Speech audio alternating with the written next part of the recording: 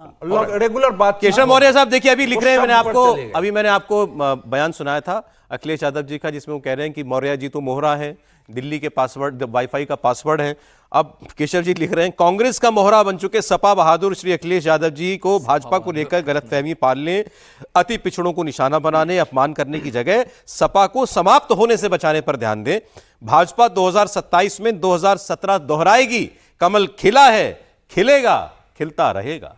क्या बात है। मैं दूसरी बात कह रहा हूं सर, हम लोग कुछ ज्यादा आगे चले गए। मैं सत्ता संघर्ष की जब बात की तो अभी सत्ता संघर्ष उत्तर प्रदेश का है, जिसमें केशव मौर्य उस सत्ता संघर्ष के लिए लड़ रहे हैं। मैं वहां, आप तो बहुत आगे चले गए योगी जी का और अमित शाह जी पर और प्रधानमंत्री जी पर। मुझे तो नहीं लग रहा था कि प्रधानमंत्री जी और योगी आदित्यनाथ के बीच के सत्ता संघर्ष की अभी कोई सोच भी रहा है या चर्चा कर रहा है। और अमित शाह और योगी आदित्यनाथ के सत्ता संघर्ष की अभी बात है। जो मेरा सवाल था कि क्या केशव प्रसाद मौर्य मुख्यमंत्री बनने के लिए सीधा सवाल है, मतलब इसको सत्ता संघर्ष कहे, तो वो सत्ता संघर्ष केशव प्रसाद मौर्य वर्सेस योगी आदित्यनाथ की बात कर रहा हूं। और उसमें यदि समीर जी कह रहे हैं कि संघ ने भी उनको समझा दिया और अवधेश जी कह रहे हैं जो भी बात बिल्कुल ठीक है कि संघ के अधिकारियों के बाद भी यदि कोई नहीं समझ रहा तो गंभीर मसला है।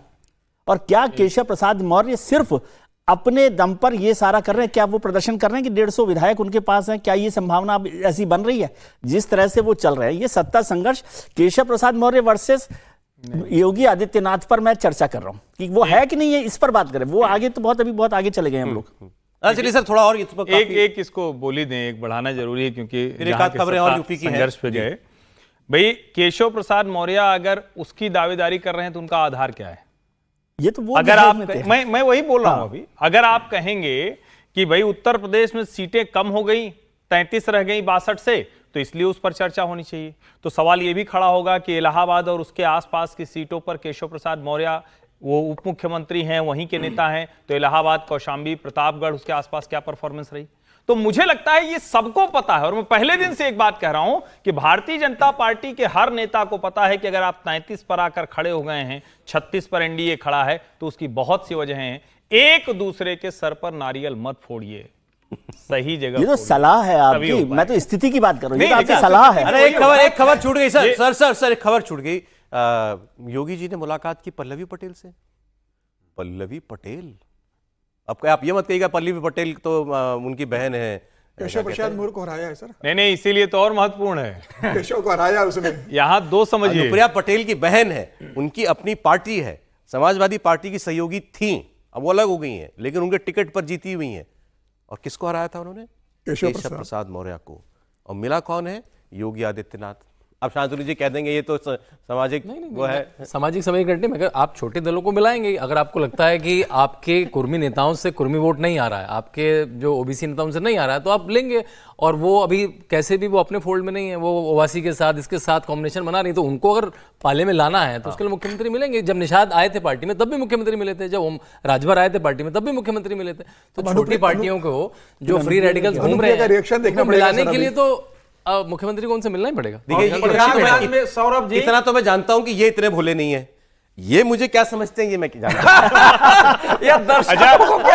कमाल की बात ये भी है कि ये कह रहे हैं कि कुर्मी वोट नहीं आएंगे, तो उन्हीं की बड़ी बहन अनुप्रिया तो है जो एक सांसद होकर मंत्री बनी हुई। दोनों को उन्हीं की बहन के पति तो हैं जो राज्य में विधान परिषद होकर मंत्री बने हुए। तो ये इतना आसान सा नहीं है। निश्चित तौर पर अगर योगी आदित्यनाथ से पल्लवी पटेल मुलाकात कर रही हैं, तो जो उत्तर प्रदेश में सत्ता संघर्ष कह लीजिए, कार्यशैली कह लीजिए, सरकार संगठन कह लीजिए या सरकार कह लीजिए, उसके बीच जो कुछ चल रहा है उसका एक और 1 स्टेप अहेड है। इसका एक दूसरा तथ्य यह है कि अभी 15 दिनों पहले पल्लवी पटेल और केशव प्रसाद मौर्य एक साथ थे। एक शिव मंदिर का उद्घाटन था, दोनों बैठे, साथ पानी पिए, नाश्ता किया, दोनों बातचीत करते रहे। लोकल अखबारों में पूरी खबर थी इस पर कि दोनों मिल गए हैं। तो आप किसी चीज से एकदम से सपाट निष्कर्ष निकालना बहुत कठिन है कि हो क्या पल्लवी पटेल और केशव प्रसाद खबर उठाते ठीक करते हैं। और इस शो को दर्शक खूब देखते हैं, हम लोग का मैसेज आता रहता है, लोग प्रशंसा भी करते हैं। तो यही कारण है कि यह शो लोकप्रिय है। बहुत सहज तरीके से बातचीत होती है, लोग खुल के बात कर रहे हैं। ये एक रेयर शो है टेलीविजन में, तो उस कारण वो आपकी खासियत है। और वो हमको फीडबैक भी मिलता रहता है कि ये बहुत अच्छा है। तो इसलिए हम लोग जो है दोनों जानकारियां जो हो तो वो नहीं, लोगों अच्छी के बात है, सामने आपने रख दे। बताया कि ऐसा ही नहीं कि केवल सीएम से मिली हैं, वो खुद केशव मौर्य से भी मिली। इस पर कुछ बोल रहे थे शायद। इस पे नहीं, मैं कुछ अलग बात, आपने अखिलेश यादव दिखाए थे तो यूपी में जब मैं पत्रकारों से मिला तो लोकल पत्रकारों ने बात बताई कि जो कांग्रेस और सपा के बीच में भी ठीक ठाक घमासान चल रहा है। कैसे चल रहा है? अजय राय ने कहा 5 सीट लड़ रहे हैं उपचुनाव में, और ये कह रहे हैं हम 2 से ज्यादा नहीं देंगे। और अखिलेश यादव ने नई मांग रखी है जो बड़ी मजेदार मांग है, वो कह रहे हैं हमें महाराष्ट्र और हरियाणा में भी चुनाव लड़ना है, हमें उसमें भी सीटें चाहिए। और आपने देखा होगा अखिलेश यादव का जन्मदिन था 1 जुलाई को, कम से कम कईयों पोस्टर हर जिले में लगे, भावी प्रधानमंत्री अखिलेश यादव को बधाई। और जिस दिन वो लोकसभा में आए तो मैंने कहा ये योगी आदित्यनाथ से टक्कर लेने को छोड़ के लोकसभा में क्यों आएंगे, ये एक राष्ट्रीय नेता क्यों बनना चाह रहे हैं? तो ये अच्छी घमासान चल रही है वहां पे कि हम 2 सीट से ज्यादा नहीं देंगे और हमें महाराष्ट्र भी लड़ना है और हमें हरियाणा भी लड़ना है। उन्होंने आज एक ये और- बात लखनऊ में आम है बिल्कुल। महाराष्ट्र में तो उनके विधायक रहे। महाराष्ट्र में वो लड़ते रहे हैं भाई। बड़ी बात सीटें नहीं है मांग इसमें, रहे हैं, बड़ी आश्चर्य नंबर नहीं, की आज सीटें मांग रहे हैं। आज उन्होंने एक नया काम किया है। और हाँ, एक चीज और अभी खड़गे जी ने मीटिंग बुलाई थी 23 जुलाई को, जिसमें मुख्यमंत्री तो सॉरी अखिलेश यादव नहीं गए, लेकिन कोई सपा का नेता भी नहीं गया उसमें। और सारे कांग्रेस और पूरा समाजवादी पूरा पार्टी इंडी के गुट बीच आया था में उसमें सपा का देखिए, कोई आज तो representation उन्होंने नहीं था उसमें। संविधान मान स्तंभ की स्थापना की है अपने पार्टी के कार्यालय मुख्यालय में लखनऊ में। उसमें एक स्तंभ बनाया जाएगा, उसके ऊपर भारत का संविधान जो है वो रखा जाएगा।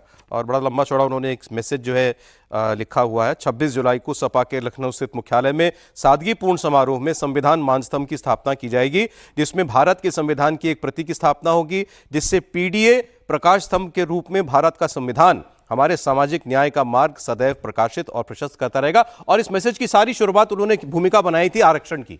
देश में आरक्षण की शुरुआत पे सबसे पहले कहां पर हुई थी, कैसे हुई थी? महात्मा ज्योतिबा फुले जी के द्वारा संकल्पित आरक्षण को कोल्हापुर के परम आदरणीय अनुकरणीय श्रीमंत महाराज राजश्री छत्रपति शाहू जी महाराज जी ने कोल्हापुर में सबसे पहले लागू किया था। तो आरक्षण, पीडीए और संविधान, साहू जी महाराज के नाम पर मायावती जी ने जिला बनाया तो अखिलेश जी ने नाम ही बदल दिया। इतना ज्यादा इतना नाम उसका नाम फिर से पलट के क्या हो गया, वो नाम अभी मुझे ध्यान नहीं आ रहा। वो छत्रपति साहू जी महाराज उन्होंने किया था, मायावती ने, इन्होंने पलट दिया। इन्होंने कहा कि ना सारे जिलों के नाम वैसे ही रहे। समीर जी, पीडीए, संविधान, और देखिए सब एक साथ। एक लाइन समीर जी के पास जाने से पहले, इस देश की राजनीति नरेंद्र मोदी के दिखाए रास्ते पर ही चलेगी, ये तय हो गया।